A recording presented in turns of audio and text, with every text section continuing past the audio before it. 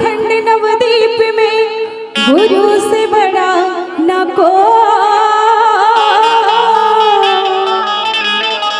आज सात खंड नवदीप में गुरु से बड़ा न को। करता करे न कर सके करे गुरु शो। बोलिए बाबा घासीदास की जय, बोलिए संत समाज की जय। ये दे छुम छुम छुम छुम छना ना ना बाजे घुघरू सना ना ना।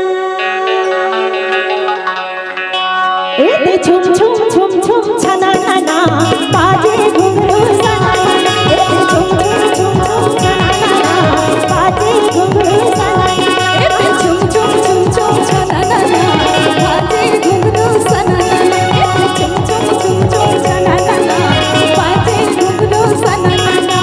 मंगू बाबा तेरे रंग नमा घासी जय हो। मंगू बाबा तेरे रंग नमा घासी बाबा हाथा चाचे छका ना ना। या ता छुम छुम या ता छुम छुम या ता छुम छुम छुम छुम छना ना ना बाजे घुघरू सना ना। या ता छुम छुम छुम छुम छना ना ना बाजे घुघरू सना ना।